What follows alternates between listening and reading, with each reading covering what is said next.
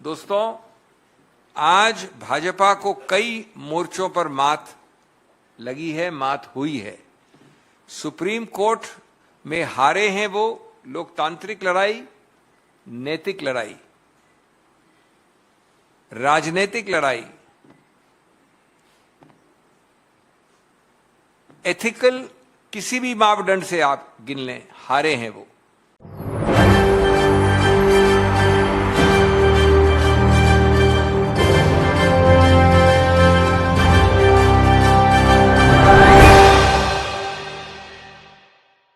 नमस्कार, SBN9 news देख रहे हैं आप। आपके साथ मैं हूं मानसी जायसवाल।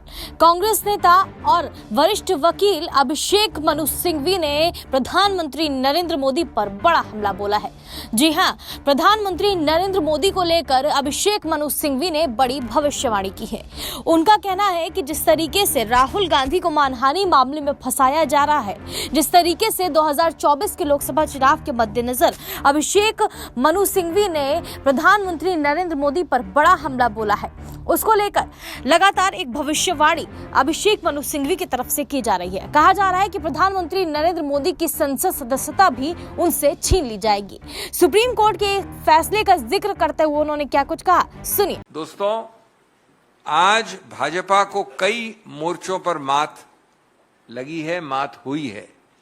सुप्रीम कोर्ट में हारे हैं वो लोकतांत्रिक लड़ाई, नैतिक लड़ाई, राजनीतिक लड़ाई, एथिकल किसी भी मापदंड से आप गिन लें, हारे हैं वो। आज दिल्ली में भी और महाराष्ट्र में भी लोकतंत्र की विजय हुई है।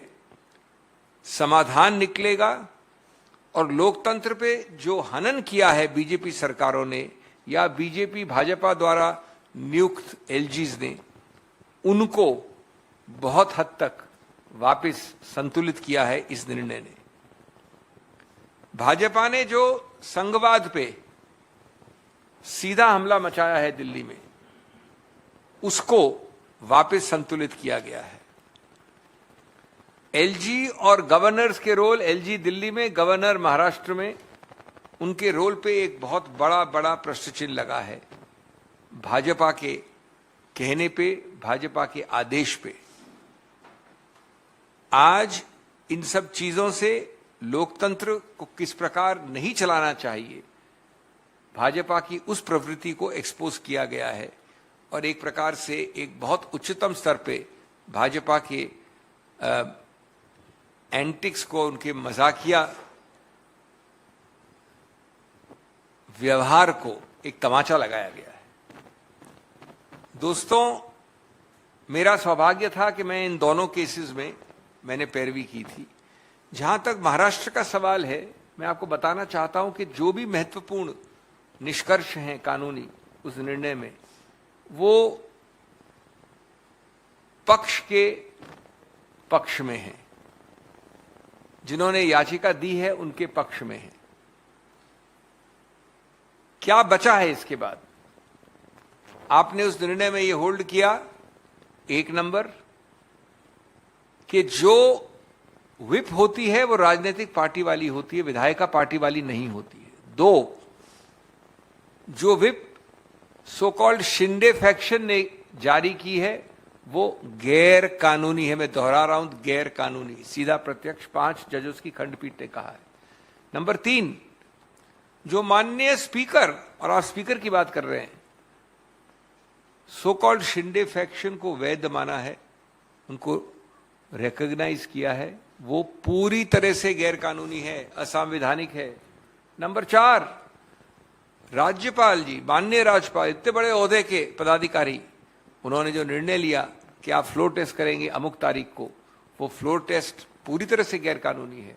उनके पास कोई तथ्य नहीं थे ये फ्लोर टेस्ट का आदेश देने के लिए। अगर इन चारों चीजों को आप जोड़ दें तो मैं पूछना चाहता हूं आपके जरिए कि बचता क्या है? क्या ये राजनीतिक, कानूनी, नैतिक, कुछ भी कह लीजिए, एक तमाचा नहीं है?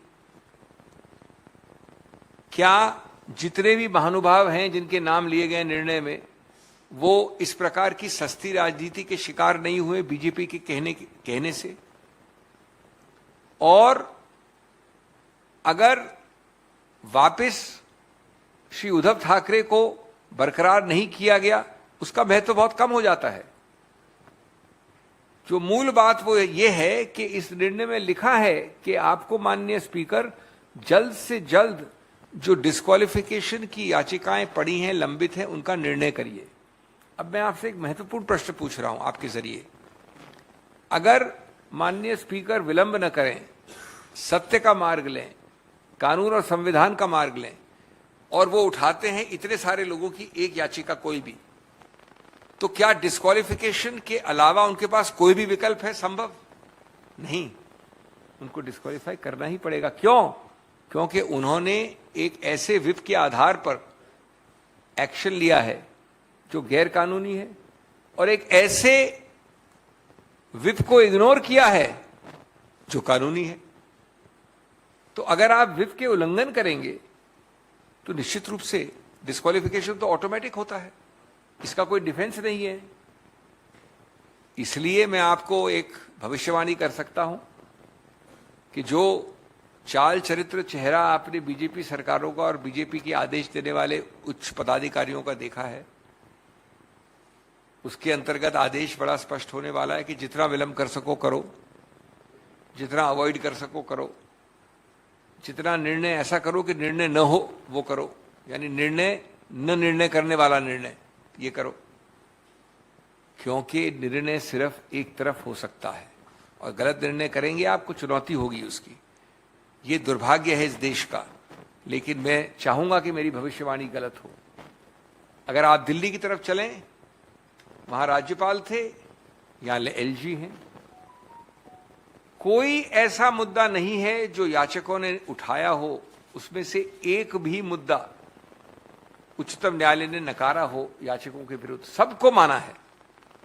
और इसकी एक मूल बात है जो मैं आपको बता दूं। दिल्ली की सृष्टि की गई सिर्फ यूनियन टेरिटरी की हैसियत से नहीं, इसकी सृष्टि की गई एक विशेष एंटिटी के आधार पर, जो एक संघीय फेडरल एंटिटी है, और सिर्फ एक ही ऐसी एंटिटी है भारत में जो संविधान के अंतर्गत बनाई गई है, और यूनियन टेरिटरीज को ऐसा विशेष स्थान नहीं दिया गया संविधान के अंतर्गत। इसका दूसरा कारण क्या था? इसका दूसरा कारण था कि अनुच्छेद 239 और इत्यादि इत्यादि जो हैं, AA एक्सेट्रा, उनके अंतर्गत आपको सबसे ज्यादा स्वायत्त मिले, ऑटोनॉमी मिले, स्वायत्तता मिले। नंबर 3, इसका उद्देश्य था कि आप लोकतांत्रिक गणतांत्रिक चुनाव के आधार पर जो भी अपना मत रखना चाहते हैं उसको रखें।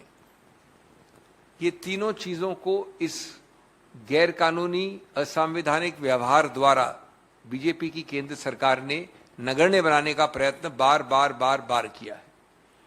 मूल मुद्दा यह है दोस्तों, आज एपी की सरकार है, कल कांग्रेस की सरकार दिल्ली में हो सकती है, परसों बीजेपी की सरकार भी हो सकती है, जब दिल्ली में बीजेपी की सरकार न हो।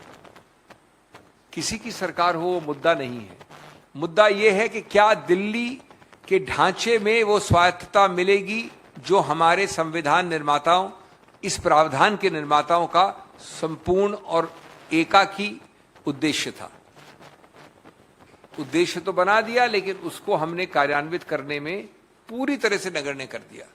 दिन प्रतिदिन वहां पर राज्यपाल, तो यहां पर एलजी ने हस्तक्षेप करके, असंवैधानिक हस्तक्षेप करके इस पूरे सिद्धांत को नगण्य किया है। उसको आज संतुलित रूप से हर पक्ष में, एनसीटी को जो विरोध कर रहे थे, एलजी का पक्ष, केंद्र सरकार के पक्ष को इस निर्णय ने निरस्त किया है।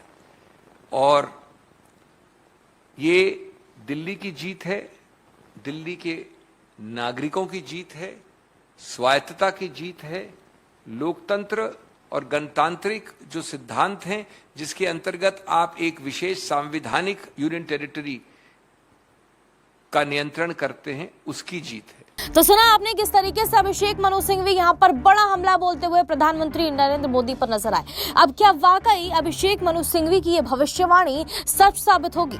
आप इस पूरे मामले पर क्या सोचते हैं, हमें कमेंट करके जरूर बताएं। क्या पीएम नरेंद्र मोदी की संसद सदस्यता भी उनसे छीन ली जाएगी? देश और दुनिया की तमाम बड़ी खबरों के लिए देखते रहिए SPN9 न्यूज।